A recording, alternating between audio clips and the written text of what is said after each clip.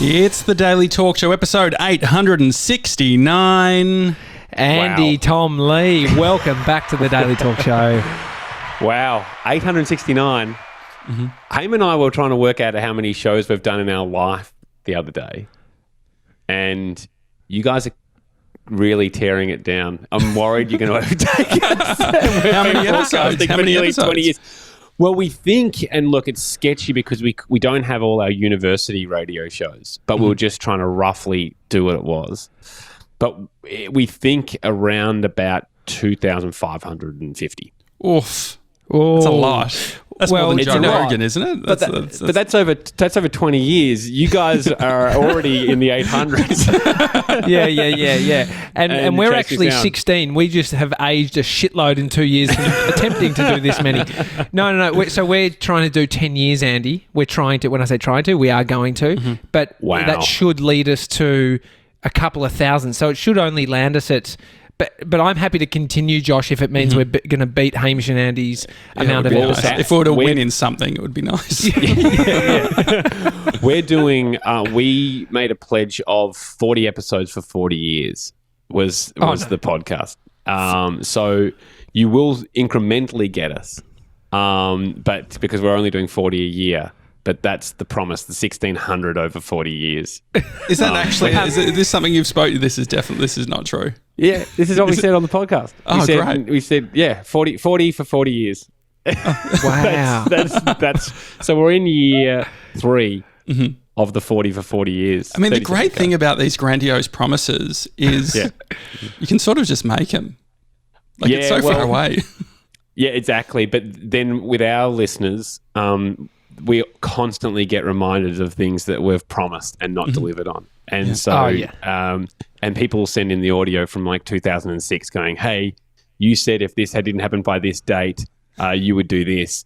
And sure, we ignore most of those. But at times, the other person will bring it up, particularly if it was a claim that Hamish made. I'm always very keen to bring it up to him and go, hey, I'll remind you of this moment and play it for him, and then generally that storyline starts again. Well, the guy that you banned from the show for years and then you had him back on, like, you see how if you just make enough promises, you will come through on a few of them, and they are great. Exactly. Like, that was a great... Exactly. That was amazing. Yeah. Andy, the difference between the everyday radio show versus the podcast, what's been the shift in you and Hamish and your friendship? Because it's a unique working relationship being around someone doing the radio show versus once a week. What has that shift been like?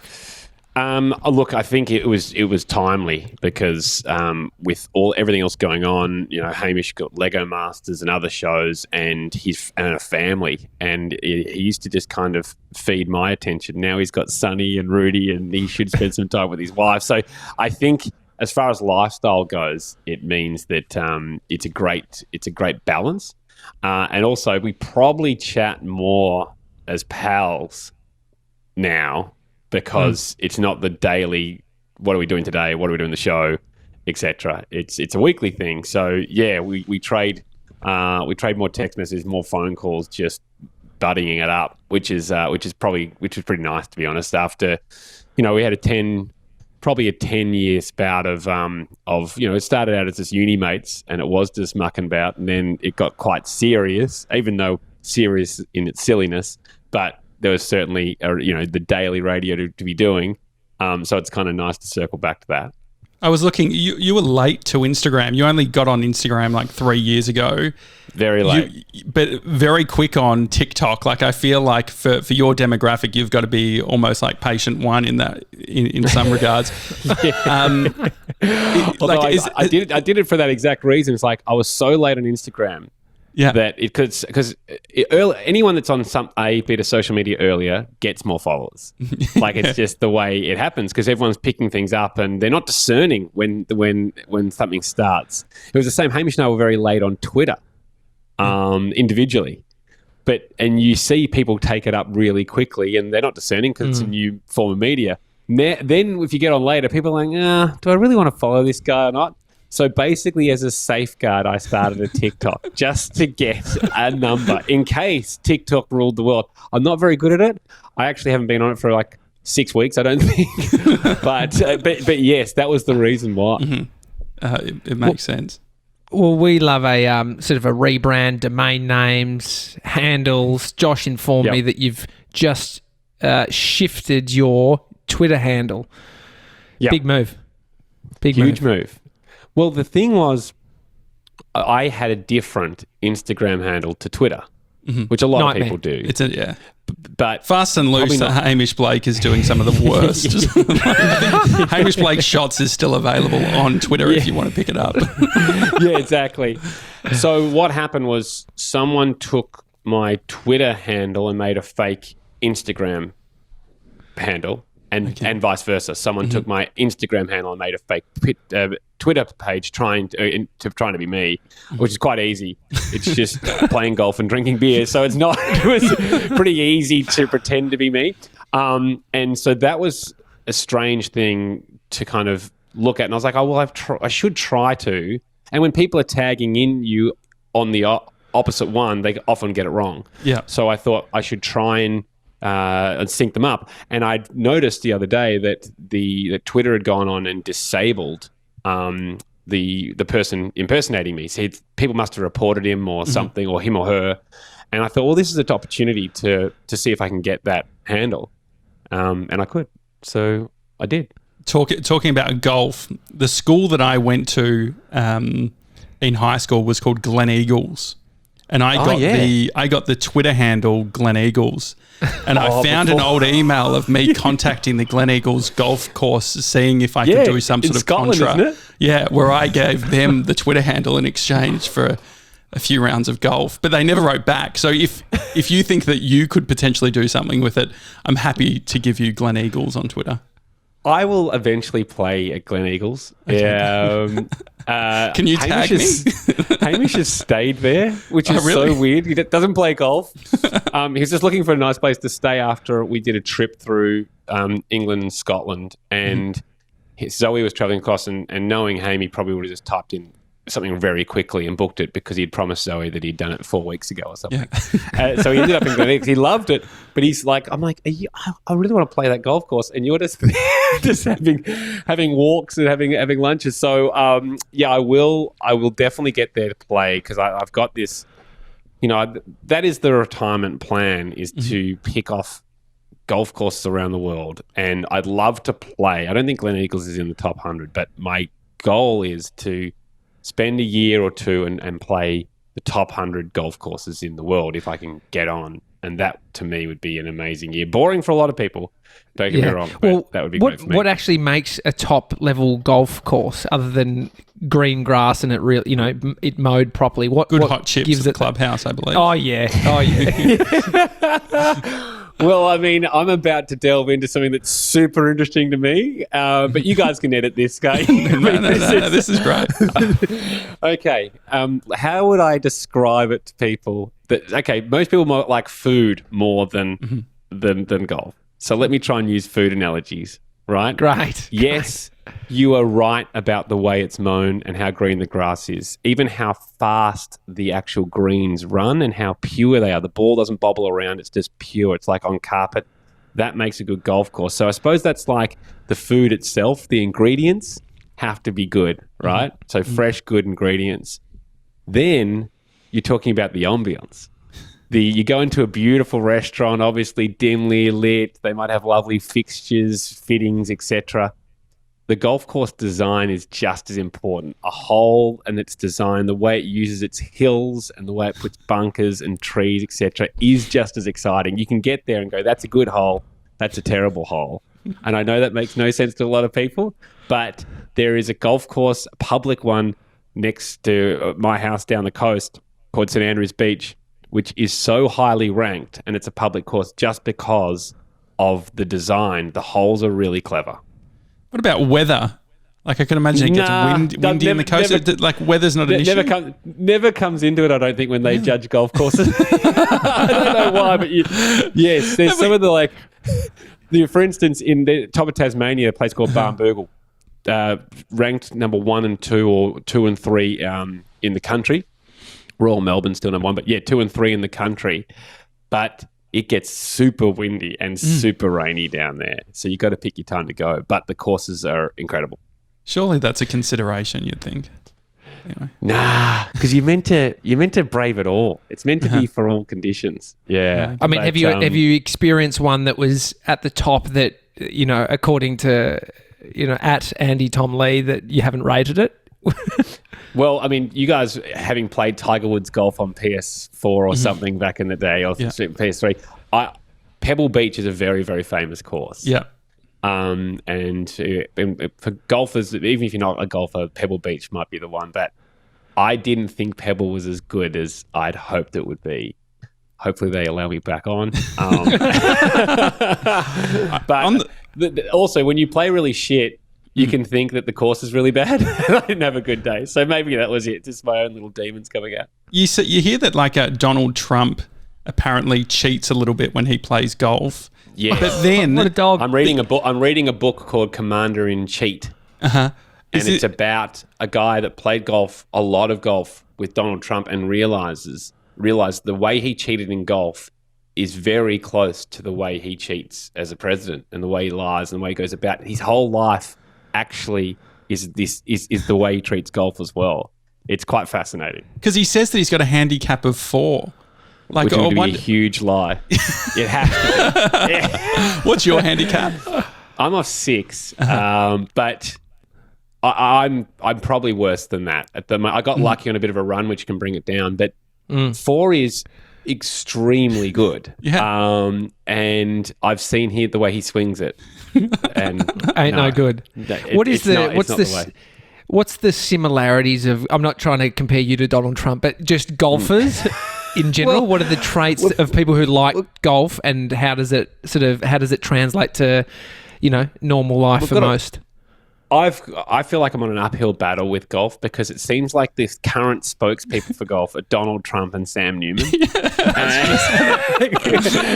And so anytime I'm enthusiastic about it, I think most people are more excited about knocking them down and hoping that golf dies very slowly. I'm not putting Trump and Newman, entirely in the same basket, although Newman is a Trump supporter. But it's a shame that those guys are the face of it all. But I look, there's a lot. What I found, what I didn't realize until I started playing was that a lot of my favorite creatives play it. So, which has been really fun to start playing with them and get invited out with them. So, Rob Sitch, who is from Working Dog, he wrote The Castle and directed The Dish, and he loves his golf, and we play a lot. And Sam Pang, Glenn Robbins loves his golf, and we play a lot. And so there's this group of people that you can go out. Mick Malloy loves it, and it's the thing I love about golf. I realised is it's actually the chatting far more than the golf. I've never go and play by myself.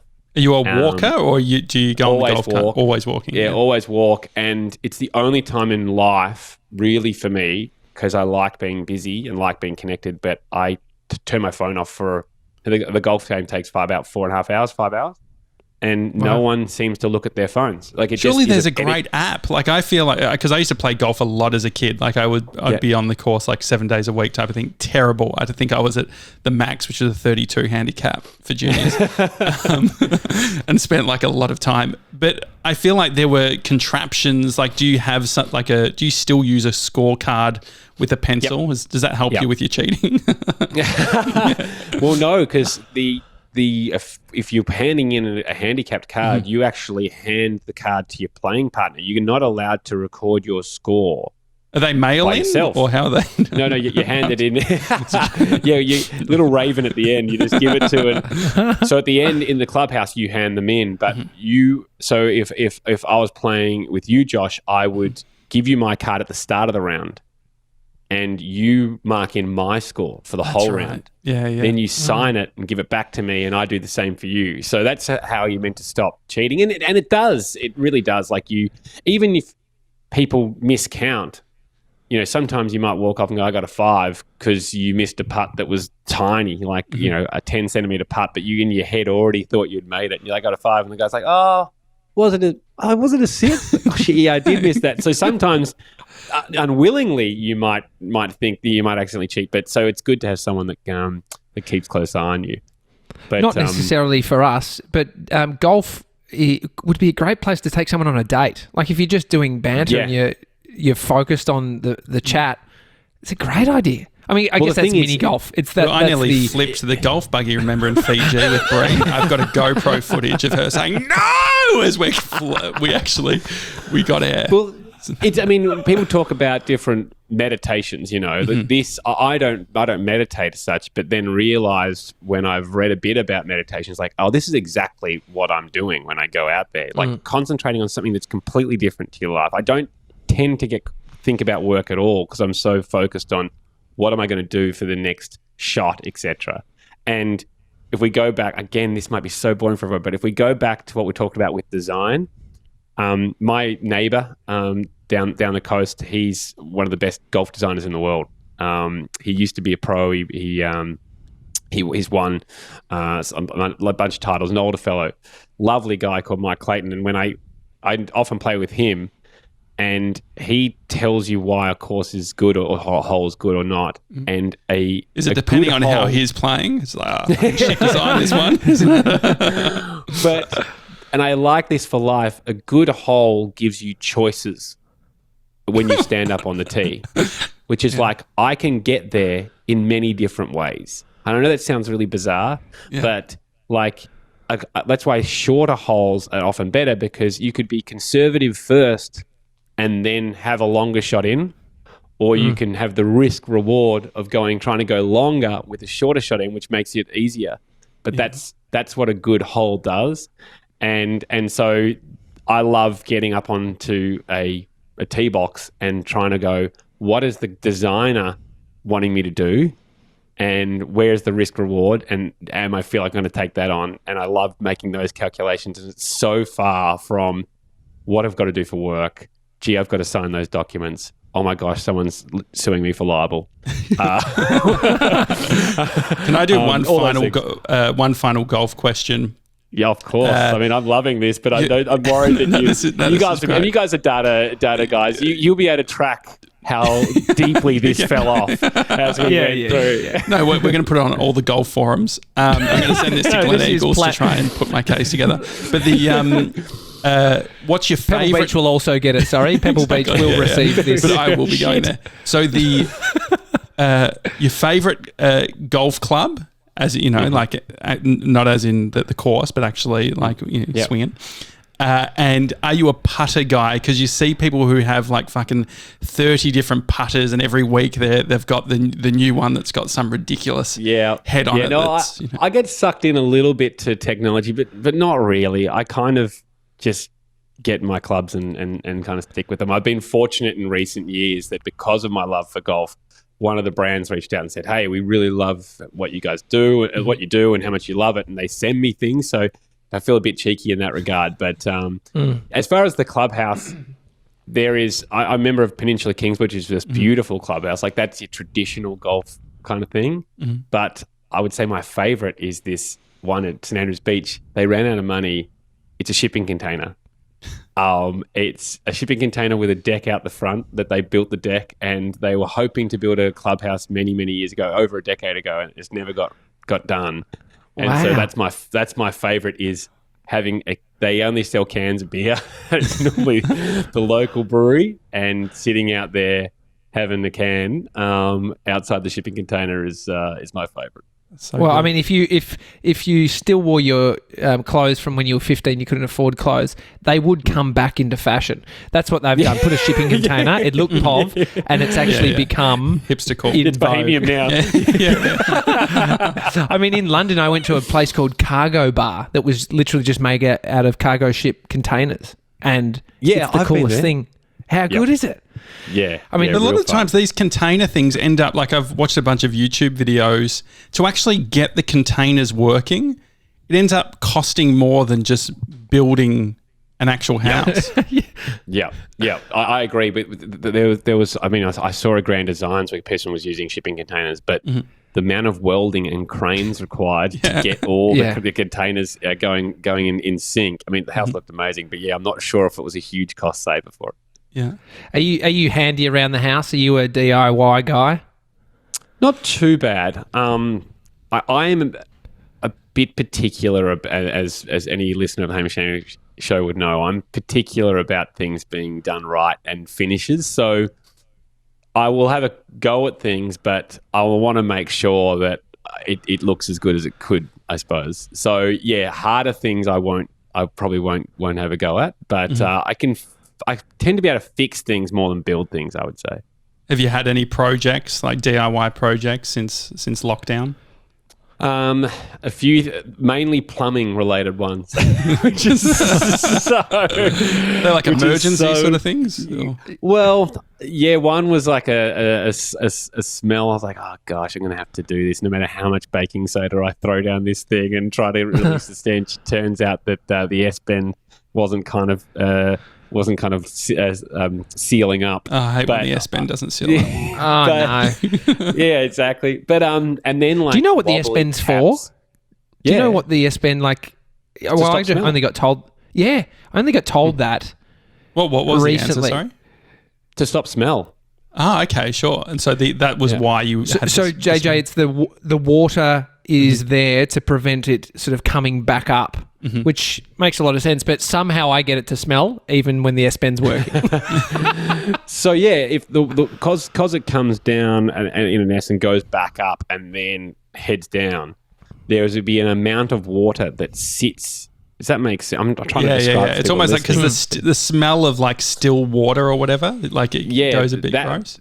Yeah, so if you don't use your tap for a long time, it'll start smelling because that particular bit of water that's in the S-bend, similar to a bath toilet, will get stale. But a tap that's used regularly will wash out that stale water. It stops the stuff from the sewerage or a septic tank wafting all the way up because it creates its own cap. The water creates its own seal. Gee, I can't believe I thought the golf was boring. We've ticked off golf, the plumbing. Plumbing. What's next? What's next, JJ? I mean, how hard is it? I just had here's what's been terrible. Okay. I had a rat die in the wall. Oh no. Oh no. No. And so maggots have been coming out of the wall. And there is not a lot you can do about it. You can get rid of the rat, but you have to cut into the wall. You're going to have to do it though. Like surely at some point you're going to have to do it. What are you hoping for? Well, 2.5 weeks, a maggot will, I've read about this as well, a maggot will decompose the rat. The rat will become nothing in 2.5 weeks. So you're waiting for maggots to, like, do you not do your dishes too? Because you're just waiting for the maggots? Well, the thing is, it's like, I couldn't do this myself to cut through the wall. If it was on a plaster wall, maybe you could attempt it or get someone else to do it, but it's on a stone wall. Oh no! So it's a problem with living in a castle. Yeah, exactly. They would have had this problem all the time. So, and that's why I'm holding off Maid Marian coming around. I just I don't want to have to smell this. But God. So the solution is either you can cut into the roof and drop these deodorizing bags down the cavity that try and capture the smell and still let the maggots do their thing, or it's 2.5 weeks. It's 2.5 weeks of the smell, and yet the maggots do their thing. So the maggots are slowly finding their way out of the wall. I don't know how, but so I'm on mag patrol, and because Beck doesn't want anything to do with it. Which room is it in? Living room, which is not great. Yeah. So Beck, like, when the smell was at its worst, Beck was just not. We're not watching anything. Okay. There was no series that was compelling enough to get us. A lot of golf. There was a lot of golf. So, which was kind of fine for me because I was like, the footy was on. So I was like, okay, well, I'm happy to withstand the stench. Things are worse than I can watch football. But now it seems like the maggots have done their thing. It doesn't really smell anymore, but they're just coming out full as a good. They've had a great lunch, and they're coming out. And so I'm on mag watch every morning. I wake up and Beck goes, "You're going down to clean up that, and I'll. Oh, so there's like, what do you mean clean up that? What are you cleaning up? Well, I'm cleaning up all the maggots that are coming out of the wall. How many maggots? Oh, well, early on, I would say 10's close to 100. But now it's now it's more closer to, I don't know, it's like a 10 a day type thing.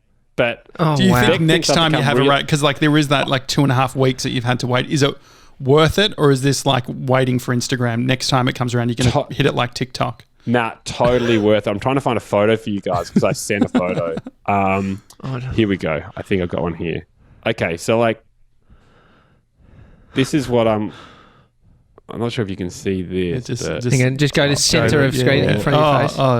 Yes, and there you go. Oh, wow. Oh, no. It looks like a trail mix. Oh, God. It looks like you're gone fishing. So I'll go down and clear that out before. And then Beck thinks I've become, because I like early on, I was like, oh, this is so gross. And now I just pick them up with my hands. I'm like so used to them.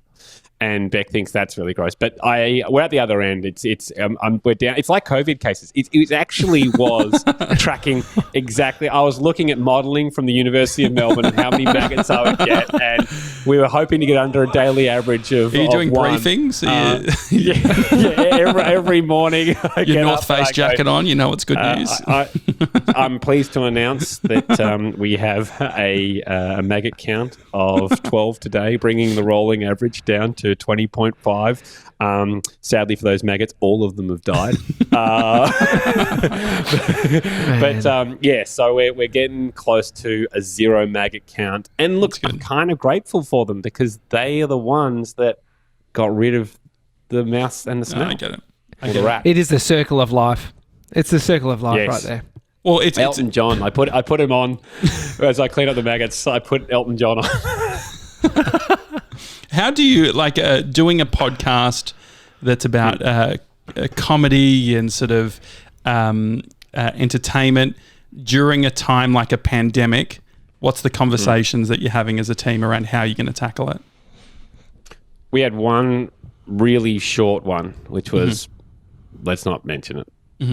Like it's all everyone was talking about, but our show doesn't really reflect topical things. It's more about our own adventures we're starting up and the interaction with people.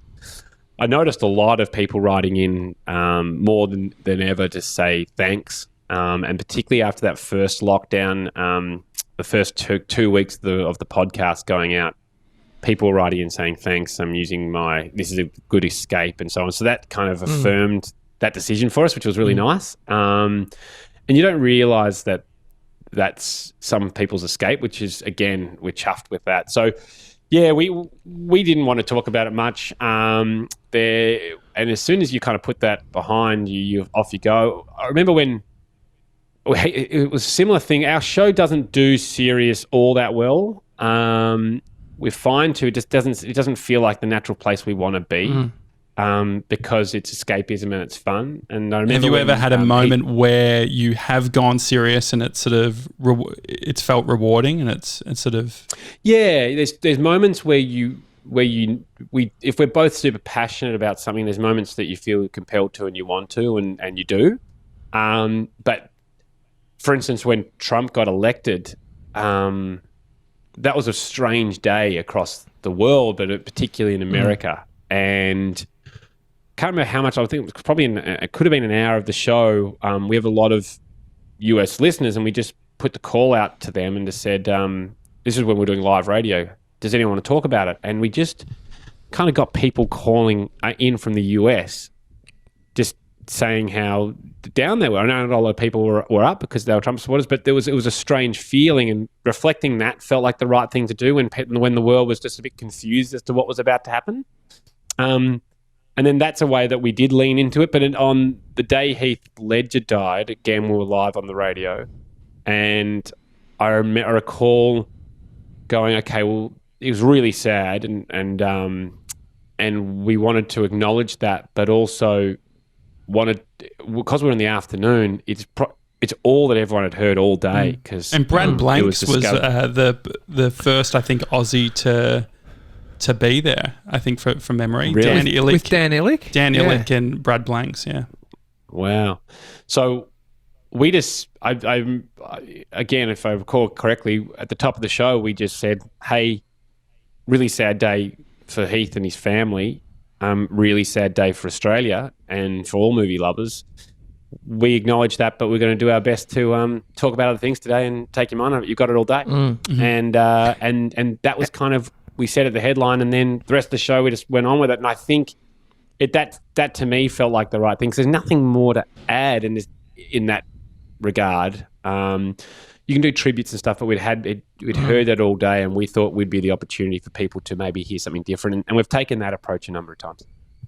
I feel like that's really putting your audience first, and the brand of what your show stands for. Has there been times where you've wanted to talk about something, but the show just isn't aligned with that? Like, it's not that you wanted to vent or... Yeah, I know what you mean. I reckon. I think there were times back in the day that we discussed, should we be talking this? Or it might be a serious topic that we're asking for calls on. And we tried it, and it was kind of like, it felt like a massive U-turn. Like, it just felt like it's difficult to go from being so passionate about kids' meals for adults and having a huge campaign about that, or trying to raise funds to buy a hoverboard, to then turn around and go with something really serious, because a lot of our comedy was based on taking silly things extra serious and being really earnest about the stupidness of it. And suddenly to be earnest about something that is, quite meaningful is a harder thing. And I think your audience kind of goes, hang on, where are we? And you disorientate everybody. So we chose those moments. The most recent one, I suppose, was we discussed with marriage equality, with the postal vote on. That was a really strange time, and Haim and I were passionate about marriage equality, and that was one where we went, okay, no, we want to say something here. We want to do something. We don't want to hide away from it. A lot of political things we don't, not to say we don't care about them, but don't feel like it's the forum for it. This is, again, a place you can come and escape. But we did, again, we were conscious to say, you should vote this way. Sorry, not to say you should vote this way, but we did want to recognise that everyone should vote. And I and Hamish were both comfortable saying, this is an important thing. We are going to vote this way. We're not telling you which way to vote, but we think you should, and get your ballot in.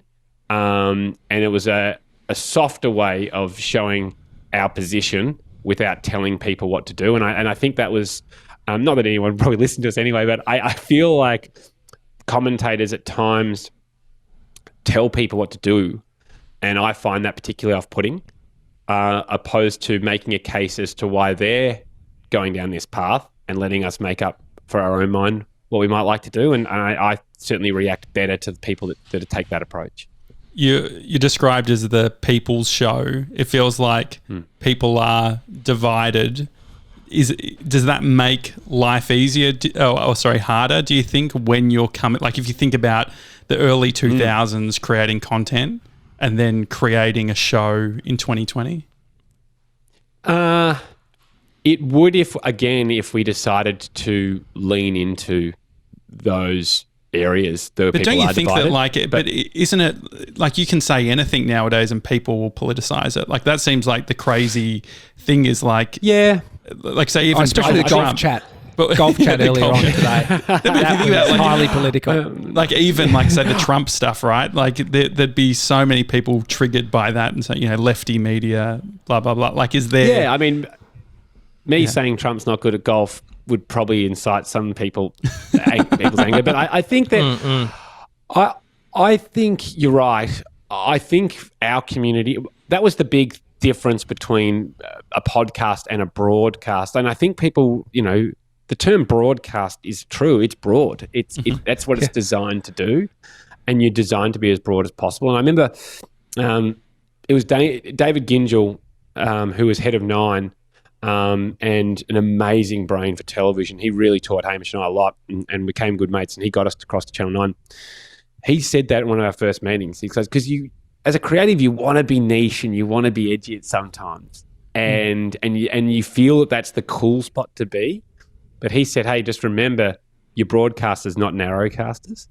And talking about the appeal of the show being widespread and that we should possibly lean into that. And that was really good advice because it's where we naturally play anyway. We like being inclusive and everyone having fun and it being family orientated, but hopefully there's enough cheekiness that it can play older, but kids can still tune in, all that kind of stuff. It wasn't like we're like, oh, we need to make this as broad as possible. It's just where we naturally played. And early on, I certainly felt like I was like, oh, maybe I want to be edgier because I want to be cooler, so to speak. Yeah. But it wasn't really where I wanted to naturally play. And you kind of quickly realize you can probably have both, in a certain way.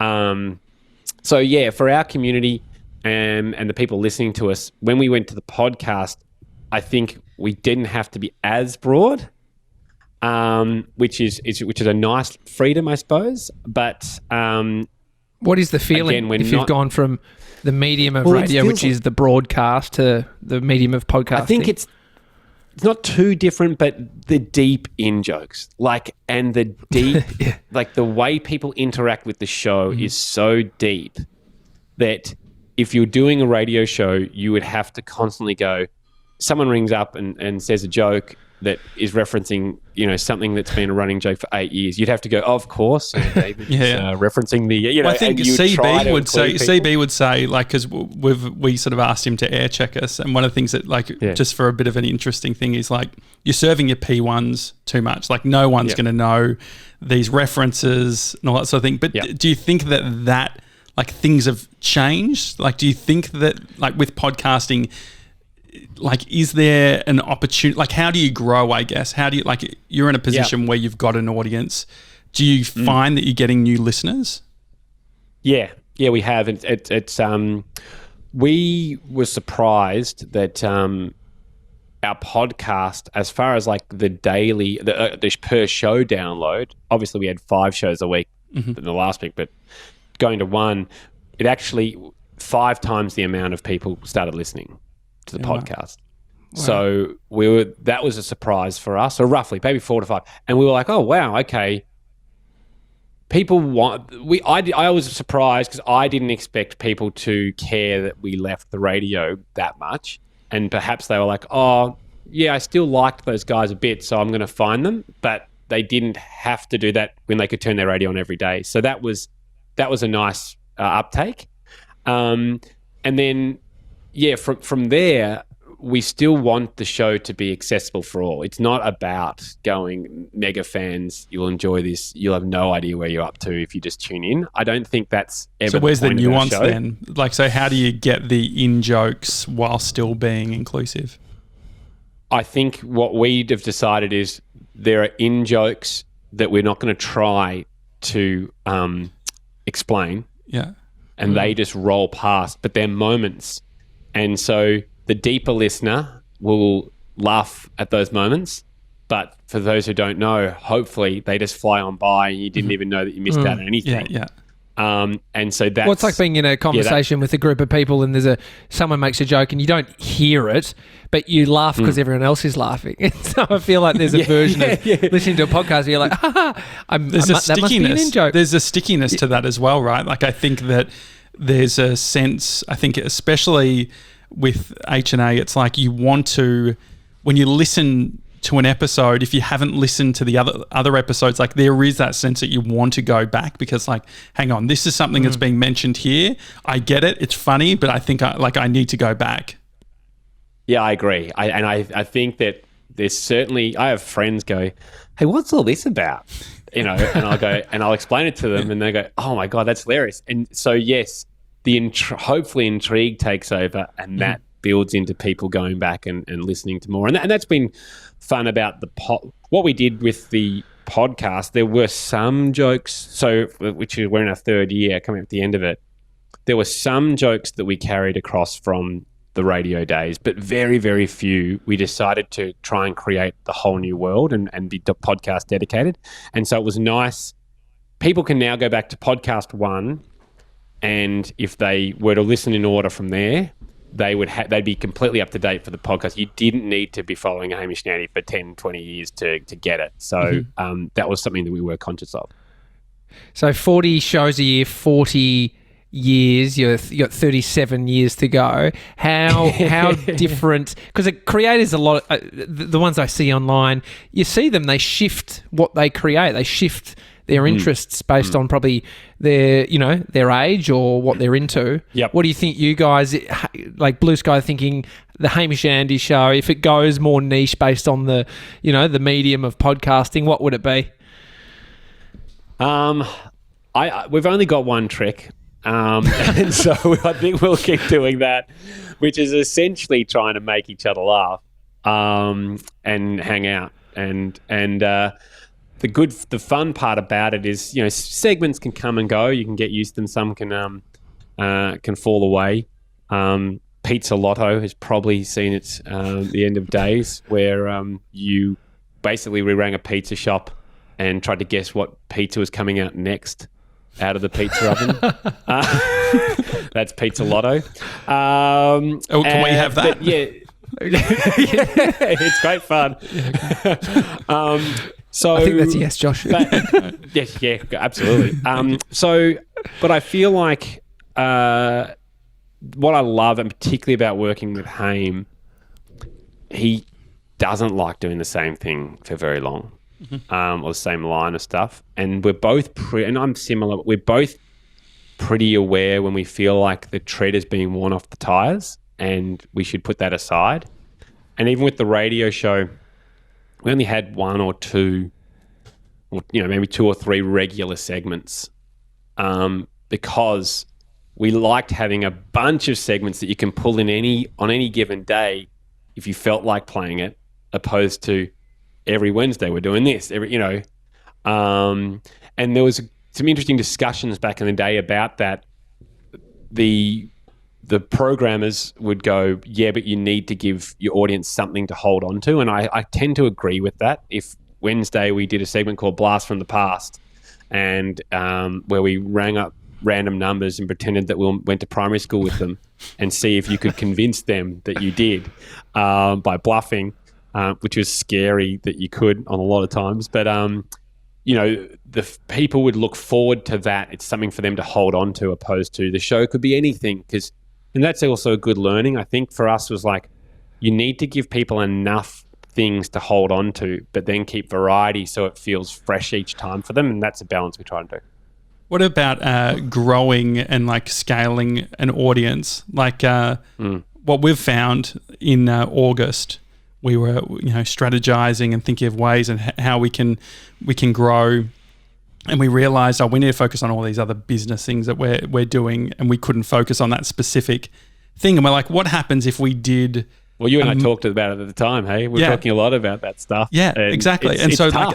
Like a month ago, so like all of September, we're like, what happens if we don't have a single guest on? And we'd told ourselves that guests bring numbers and all that sort of thing. September, we had our biggest month of downloads ever, which is just this weird thing, because we'd been using this lever that we thought was what was going to bring people to the show, and it was we spent so much time like having, like, sometimes we'd have, I don't know, maybe 20 guests on a month, and it's quite exhausting doing that, especially when you're in a pandemic. And so that made me question everything in regards to how we scale up or how we find new listeners. Yep. What are the levers that you guys have pulled on over the years to find new listeners? Well, going back to that point about the guests and what you don't know, we're throwing a lot of ingredients in a show, and rarely do you take one out and see if it tastes the same. And so you feel like every ingredient is important or as important. But with Gap Year, the first season, we had celebrities. We did a Tonight Show / travel show out of New York, and we had huge celebrities come on. Like Susan Sarandon was in studio, Coldplay played live, Taylor Swift was in there.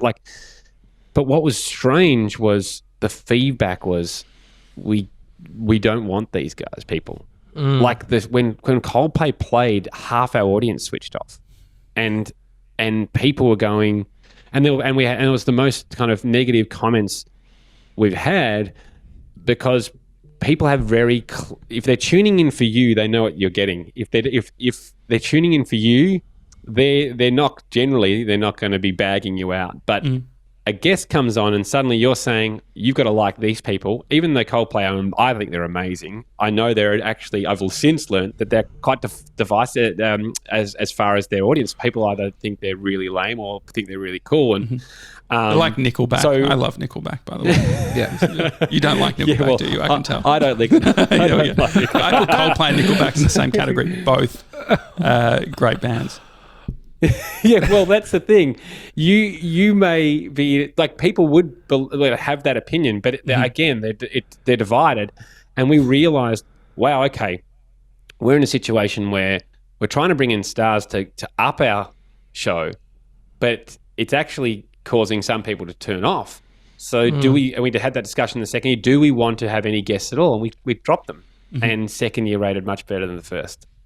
Because we went back to the core of what we did, which was travel and mucking around and seeing real people. Like, we went on the search for more real, crazy people around the world, which was a better content. So, yeah, as far as levers, we don't have guests on our podcast anymore, where we used to have a lot of them for the radio. Like, we might make an exception, but now we go, if we're having someone on, we need to be in love with it. And we need to bring them into the world. They're not just there to talk as a straight interview. There's too many of those. We need to bring them into our world, and so the listeners go, oh, great, they're playing along with the thing we're all building together, opposed to stop down and look at me. So as far as the levers we're pulled, I wouldn't say we're pulling any more levers. We probably dropped some off as we went. We dropped off things we don't think we need anymore, and we wanted to make it clear about, what the show is and what it does. We've found it. I personally found it hard with the pandemic. I love live guests. When we say live listeners, we love having listeners come in and test them and do different things, and that interaction I think is really fun and important, and proud of how we can get through without doing that. But it's all been on the phone, etc. I'm looking forward to more live interaction, and also going out and getting up to some shenanigans would have been fun and has been part of our show. But so we look forward to bringing those things back in when we're allowed. But we also are aware that you can't, when you're trying to build the audience, if the goal is just to build the audience, I reckon it's a really hard task. Yeah. But if your goal is, how can we make this show better? How can we make it more interesting? Then your audience will build. Well, that's what TJ and I are always talking about, the fact that interview shows are so popular because it is that common lever. But the thing is, you just end up with interview shows because it is a good strategy for a lot of people. From day one, if you do that, then so for instance, if Hamish and Andy back when you started were known as the Breakfast with the Stars, Kyle and Jackie O, it'd be a different story. But I think then there's a level of steadfastness that I feel that we have to do, which is getting people to know us, be smaller, but do it on using the levers that we want to then have sort of more creative control in the future. I agree. I totally agree. And if you can bring someone, if you find what you guys want to do just between the two of you without having to bring someone in, and suddenly that's starting to roll, then when you bring someone in, it gives it the boost opposed to sitting at the level. And so that's the way we're viewing the guests at the moment. And there's definite times on the podcast you're like, oh my God, it'd be funny to get that person on because of this and this and this. But opposed to, oh, he's available for an interview, what will we do with him? That's of the Well, there's a lot of assumptions that are being made, and half the time we're just having a crack at something we don't know what's going to be the outcome. So your interview version, what we've done, it's what's the risk then of assuming the way it's worked? Oh, yeah. So you mean once you've done something, so then we go, and saying, Yeah, and then because then that is just sort of like we're sort of taking feedback and then trying to say, well, because we all like to have certainty on a way something is working. Yeah. And so for you guys, is that, you come back and do the second gap year that is a completely different style. Do you guys really sort of strategize around, okay, this is why it worked and this is what we need to do more of? Yeah. You don't want to get caught too hard bashing yourself up. And you'll also find that not everyone in your team, I'm not talking about Hamish, but like in the broader team, not everyone necessarily wants to be a part of that process, and you shouldn't force people to have to be. So yeah, we did it for all the creative and all the back of house. Like we basically went through, because we were traveling different countries, we had to employ like 40 new people every show. So even the people that you relied on in New York, they're not coming to. We normally used to take about 8 to 10, and then you've got another 40 to employ. So going across beforehand to interview everybody to try and fill the positions. The problem you had in season 1, because say if the graphics guy was terrible in season 1, and he wasn't, but I just but I just say if that was as a hypothetical, and that was a problem, you might go, gee, we put too much workload on the graphics person. We need to bulk up that department. Let's have 3 people in there. You get across, and then you realize one guy's awesome, and you don't need the other 2, and you've wasted your money. So it's hard to kind of balance those. It's iterating. You can only learn until you do, right? Like I think that's what we're figuring out, and that's why whether it's 10 years or 40 years, the outcome, all we know is that we're not going to work out whether something is right or wrong until we do it. And then we liked going. I mean, I personally like going. What did we give? Say I did an exercise at the end with Tim of the first one, was like with regards to who we employed and all the departments and how we worked it logistically. And the exercise, and I know this sounds quite down, but it's like, let's review because you review everybody, every employee and their work. Let's review it to the prism though of what if it was our fault? What if we didn't give them the best chance for success? Because it's so easy to go, oh, that person sucked. They were terrible. But if you turn around and go, okay, that person did suck. What could we have done better to give them a better chance of success? And we kind of found a lot of the time, we're like, oh yeah, that person kind of sucked because we didn't brief them well enough, or we actually didn't give them enough time, or actually their office was over there where they should have been sitting next to this person, and all these things. Sometimes it came back to, no, they just sucked, and that's fine. But but if we took the responsibility, that was a way we could ensure that the next time round we weren't going to make the same mistake. And so we did that from a logistic back of house thing, and then creatively we all sat together, and Haim and I sat down and we listed every element of the show, like graphic, voiceover person, everything you could think of that, and Ryan and Tim had put all that up, and we basically had 3 columns: keep, ditch, maybe. And one in a singular day we went through every single thing and just put a tick alongside all of them, and then went, okay, they're the elements we want to keep, here are the maybes, what would we change about the maybes to potentially get them in this new look show? And once it's basically The Apprentice. You are Donald Trump. I feel like I'm more of a Mark Boris. Yeah, no, I get it. Yeah, definitely. Mark Boris does a lot of weights. He's ripped. No, so it was an interesting thing to go do that, and then once you've got that set, you don't have to keep coming back to it. We did that because it was wrong, and then as soon as it feels right, just enjoy it, I suppose. Yeah. You've got a really good business mind, and I think so you combine your business mind with your creativity and how you think about audience and content. Like I think like that's the superpower, like that combo for you. Radio, I feel like there's definitely... Thank you, that's actually very nice. I didn't know what to say because it's a bit awkward, but I just said thank you.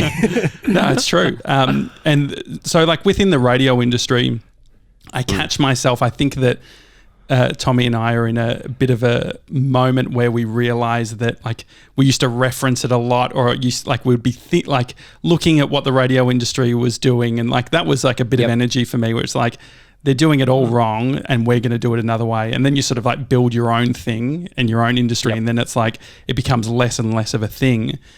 But because you do have such an understanding of the radio industry, if you were a CEO of a radio network in 2020, thinking about what you just described even then, just from a business perspective, what would you be doing if you were CEO? Sell it. Sell the whole network. No, I actually think that radio's absolutely still got a place. I would probably, it's a tough one because it requires more resources, but I think local is an area and local community is an area where you can really lean on radio still. Not sure if you saw the ratings this week for 3AW, but during a pandemic, people are going to turn to talk back, and particularly when they're stuck in their homes. Like Ross and Russ in the morning rated a 26 share, which is again the difference between the commuting person. Is that also like a demographic that like because you talk about like radio as broadcast medium. I almost feel that radio is actually just becoming what podcasting is, which is its own niches, and it just so happens that an AM band has a larger demographic or niche, which is older Australians. And so, you can see like Gold FM is number one breakfast show FM. It plays old music. Yeah. Like it's all getting older. No kid is going, I want to find out what the number one song is. I better listen to the hot hits. Like they go online. So I think I would skew everything older if I was trying to hang on to radio as a CEO. What about like if you weren't married to the license and you weren't married to even radio was the thing, because there's a lot of great talent in radio stations just from a storytelling, creativity, content perspective. Where do you think their place is? Not just at like a Band-Aid fix where it's like, oh, look, we probably can squeeze a little bit out of this market for another 5 years before we're going to have to really deal with this issue. What do you actually think for like if it was a strategy that was, because a lot of these have podcasts, like SCA has podcast assets like Podcast One, they're playing in this space. What's the doubling down or what's the stripping back? Like what's the specific advice that you would give as a CEO? I think you've got to find the shows which have a strong connection with their audience and they're building a community, because people like being a part of something. And so that'd be if you can look at your shows and go, oh yeah, people love the feel and look and being a part of this, I'd hang on to those.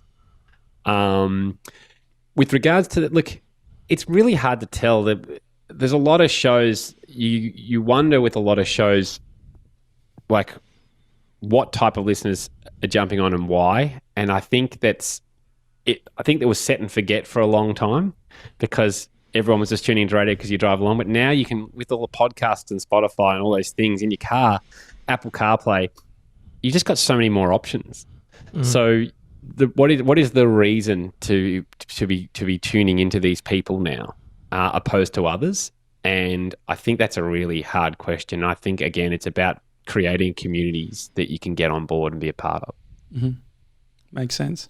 Thank you, like not only for being on the podcast twice, but you've helped us a bunch off air as well, just from a giving your perspective, because as I said, you've got that three-pronged approach, which is super handy. If we let go of anyone in our business, it's because Andy's been using the whiteboard and moving across like The Apprentice. We love you, Andy. Yeah, I'm going to say yes to. Tick to Josh. It's a maybe for Tommy. Maybe's not a no. A maybe is not a no. Exactly. What can we do with Tommy to put him into the yes pile? But I would definitely put a cross again for me after this episode. Too much golf. Guys, love it. You love what you guys do. It's fascinating, and you're ahead of the curve. Thanks, Andy. Andy's got a podcast called Hamish and Andy. You should download it if you like. Otherwise, we'll see you tomorrow, guys. Have a good one. See you guys.